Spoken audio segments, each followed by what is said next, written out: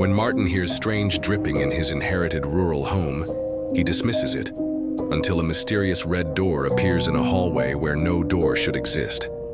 Haunted by dreams of a pale girl and a blood-soaked room, he tries to uncover the truth.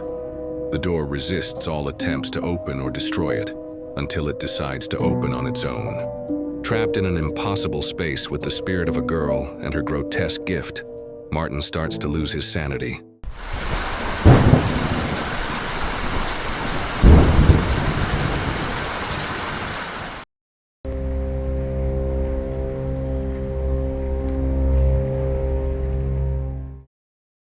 It began with the dripping. Martin first noticed it on a Tuesday morning. Not the kind of thing you normally give much thought to. Dripping in an old house is expected. Pipes breathe, condensation builds, roofs leak, taps betray you with little beads of water that splatter into a sink long after you've shut them off. But this was a strange dripping. Not the plink, plink, plink of a faucet, nor the heavy plop of a ceiling leak. It was softer, more rhythmic, almost intentional. A steady tap, tap, tap. Then silence.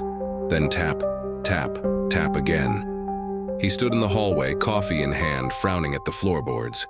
It was coming from the far end of the hall, near the door to the basement. Or maybe... no, not the basement. The sound was coming from higher, like it was in a room up above. But the house didn't have an upstairs. Martin lived alone in the old colonial house he'd inherited from an aunt he barely remembered. The structure stood in a clearing, nestled in the woods of Vermont.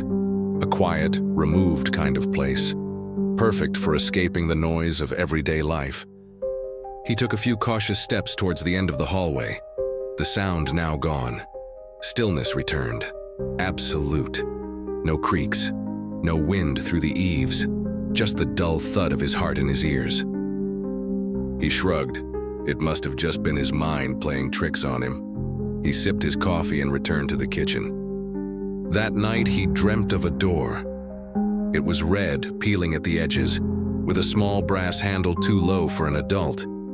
Even though it was only a dream, he could feel in his bones that it shouldn't be there, just as he knew it hadn't always been part of the house. But he reached for it anyway. The handle was cold. The door creaked open, revealing darkness, and from that black came the sound. Tap, tap, tap, like fingers on a desk or nails on wood. When he woke, he could still hear it, faint but unmistakable. Tap, tap, tap. Martin sat up, heart pounding, the blanket tangled around his legs. The sound came from the hallway again. He turned on the lamp. Silence. It was Thursday when the door appeared. It was in the hallway, between the coat closet and the bathroom, a space that had previously been a blank stretch of wall. Martin stopped short when he saw it, coffee halfway to his lips. The door was painted red. It was old. The paint chipped like it had been through decades of wear. The handle was brass, tarnished and low, just like in his dream. He dropped the mug. It shattered at his feet, hot coffee soaking into his socks. He didn't notice. The door shouldn't exist. The house hadn't changed. He knew it hadn't. He had walked that hall every day for the last 2 months. There was no room there. The outer wall sat right behind it, and beyond that, forest. Martin stepped closer. He didn't touch it, didn't dare. He backed away, barefoot now, coffee forgotten, and left the house. He stayed in town that night. The local motel was cheap and smelled faintly of mildew, but he couldn't face the house. He kept thinking about that door. It hadn't been there before, couldn't have been, and yet there it was. He didn't sleep much. But when he did, he was stuck in the same dream, only this time he was inside the room. The next morning he returned to the house with some tools, a crowbar, a flashlight, and a sledgehammer.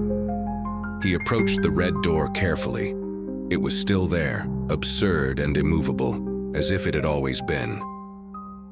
He grabbed the handle. It was ice cold. The metal bit into his palm as he turned it, locked. He brought the crowbar to the frame, pried at the edges. Despite using all of his strength, he wasn't even able to make a dent. The next morning, he decided to call a contractor. Dave was a burly, no-nonsense man from the town over. He arrived that afternoon, cigarette dangling from his mouth, toolbox in hand. Martin didn't tell him everything, just that there was a strange door where there shouldn't be one. He played it off as a structural anomaly, maybe an old sealed-off closet. Dave examined the door, knocked around the frame, and tried the handle. Locked tight, huh? Strange wood. Never seen anything like it. Martin hovered. Can you open it? Dave shrugged. Sure, I'll get my drill. Martin flinched. Wait. He didn't know why he said it. Something in his gut screamed not to open it, to leave it alone. Dave raised an eyebrow. You want it open or not?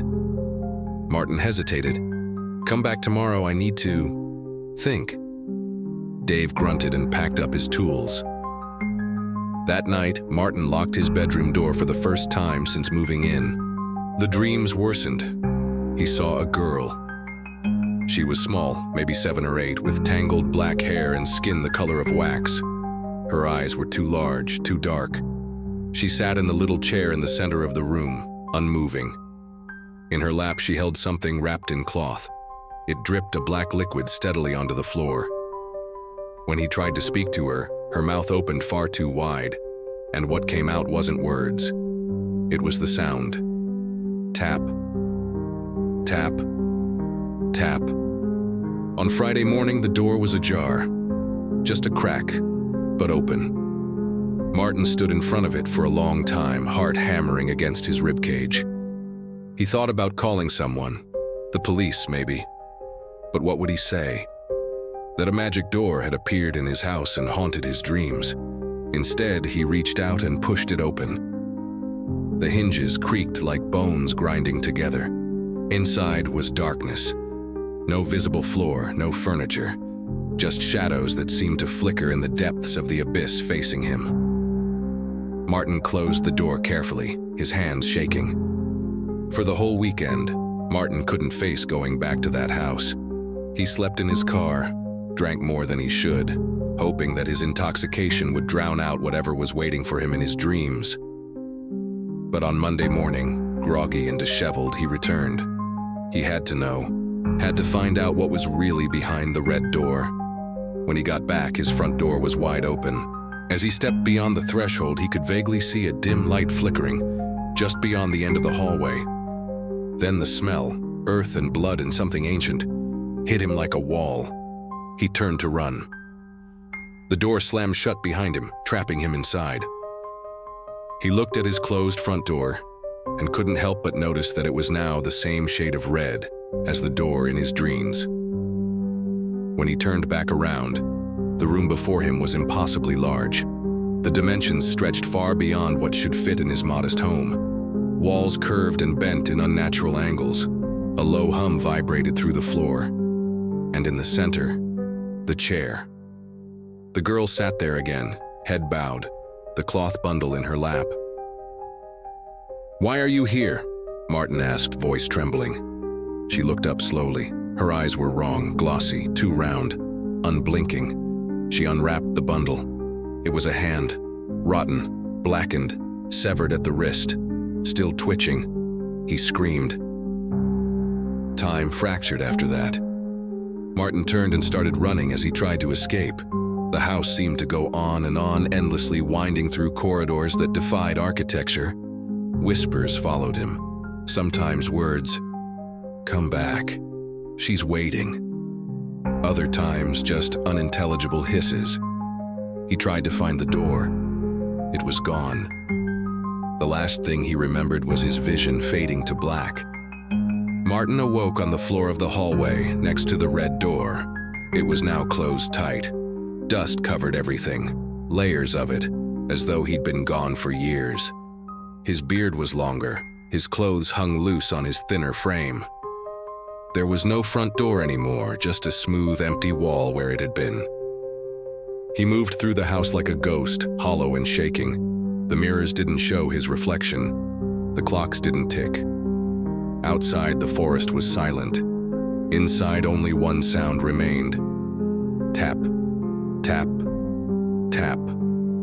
Martin never left again. Neighbors said they sometimes saw him in the windows staring out with empty eyes.